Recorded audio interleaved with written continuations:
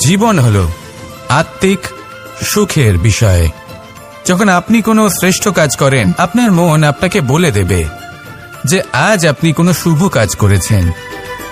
সেটাই হলো আত্মিক সুখ, এটাই হলো জীবন। তাই নিন্দার মাধ্যমে যে দুঃখ জীবনে আসে বা ফেলে আসা অতীতের জন্য আপনার জীবনে যে দুঃখ আসে, সেগুলো ভাবা বন্ধ করে দিন আর কর্ম করুন এই বর্তমানের জন্য, আগামী ভবিষ্যতের জন্য। আজ আপনাকে আমি একটা কাহিনী শোনাব। রাধার সখী ললিতা একদিন প্রসাধন করছিল। ও দর্পণে নিজেকে দেখল, আর তখন ওর প্রসাধন ওর ভালো লাগলো না। ও বারংবার নিজের প্রসাধন বদলাতে থাকলো আর দর্পণের দিকে তাকালো।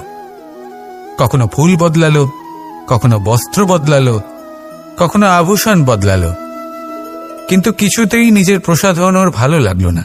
ওর মনে হতে লাগলো যেন ওর রূপ ওকে ত্যাগ করেছে। ও এই কথা রাধাকে বলল। রাধা ওই দর্পণের দিকে তাকালো, একটা বস্ত্র নিল আর সেই দর্পণকে স্বচ্ছ করে তুলল। তারপর ললিতা ওই দর্পণের দিকে তাকালো আর ও নিজের উদ্ভাসিত রূপ দেখতে পেল, নিজের সৌন্দর্য দেখতে পেল। তাৎপর্য মালিন্য দর্পণে ছিল, তার রূপে নয়। ঠিক সেইভাবেই এই দর্পণের মতোই হলো আমাদের মন। যদি এতে মালিন্য থাকে, তাহলে এই সংসারের সবকিছুই মলিন বলে মনে হবে। আপনি যদি এই সংসারের সৌন্দর্য দেখতে চান, এই সংসারের শুভ কি সেটা জানতে চান, তাহলে নিজের মনকে স্বচ্ছ করে তুলুন। আসুন আমার সাথে ভালোবেসে বলুন, রাধা রাধা। এটা কোনো এক সময়ের ঘটনা। মাটির নিচে ছিল জল, আর মাটির ওপর ছিল একটা বৃক্ষ, আর সেই বৃক্ষে ছিল একটা পাতা যা আকাশকে স্পর্শ করত।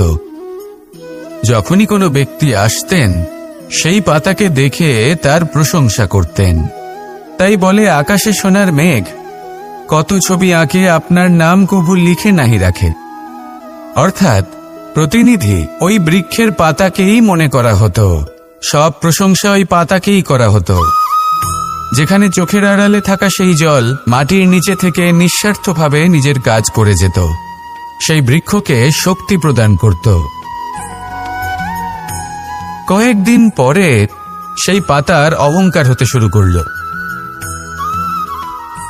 সে ভাবতে শুরু করলো যে আমিই হলাম এই জলের অস্তিত্ব, আমি আছি, সেই কারণেই এই জলের কথা স্মরণ করা হয়।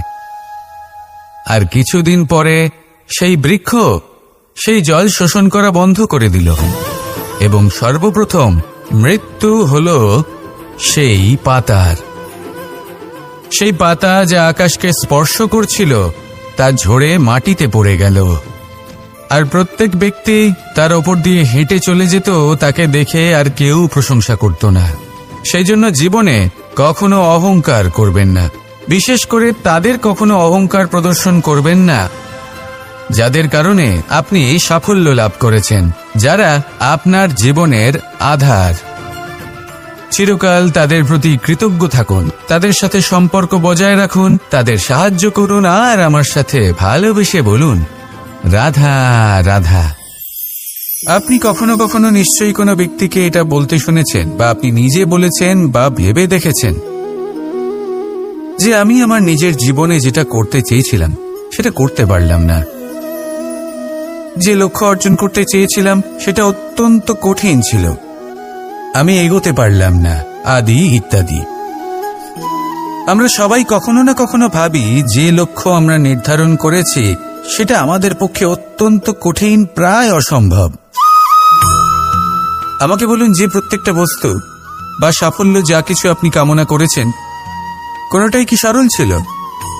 নির্বাচনের সময় সেটা সরল ছিল না, সেই জন্যই আপনি সেই লক্ষ্যটা নির্বাচন করেছেন।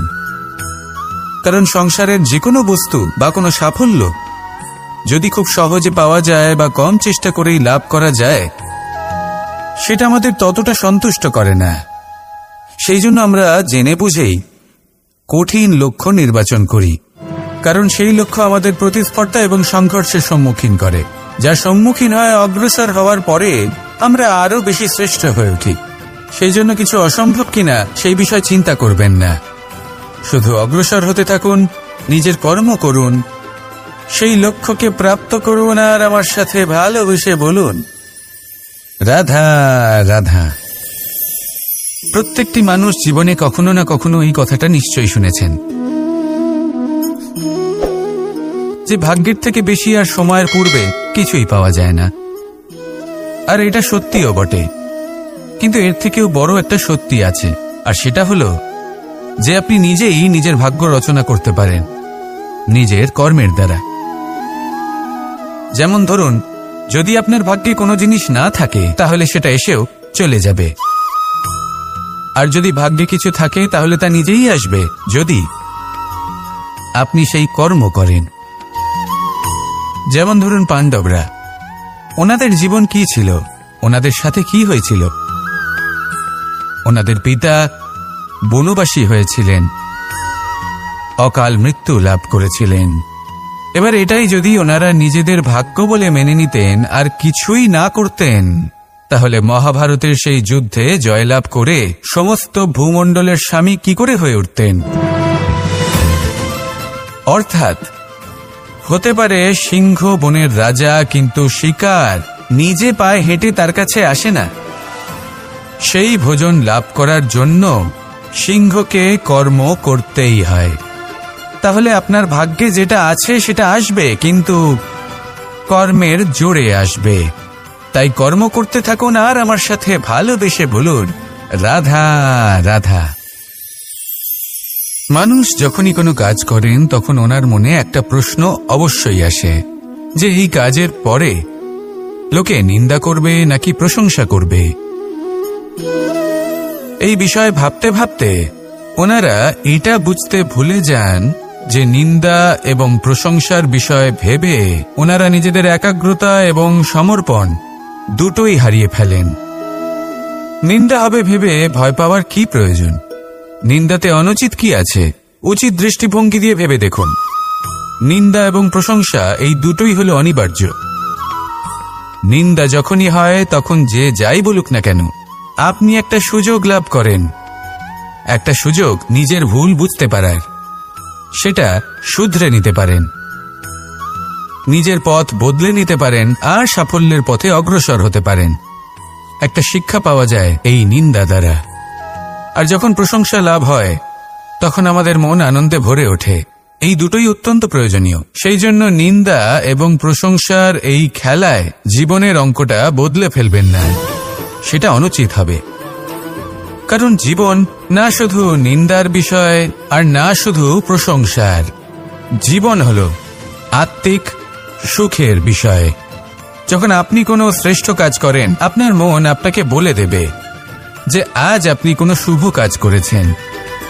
সেটাই হলো আত্মিক সুখ, এটাই হলো জীবন।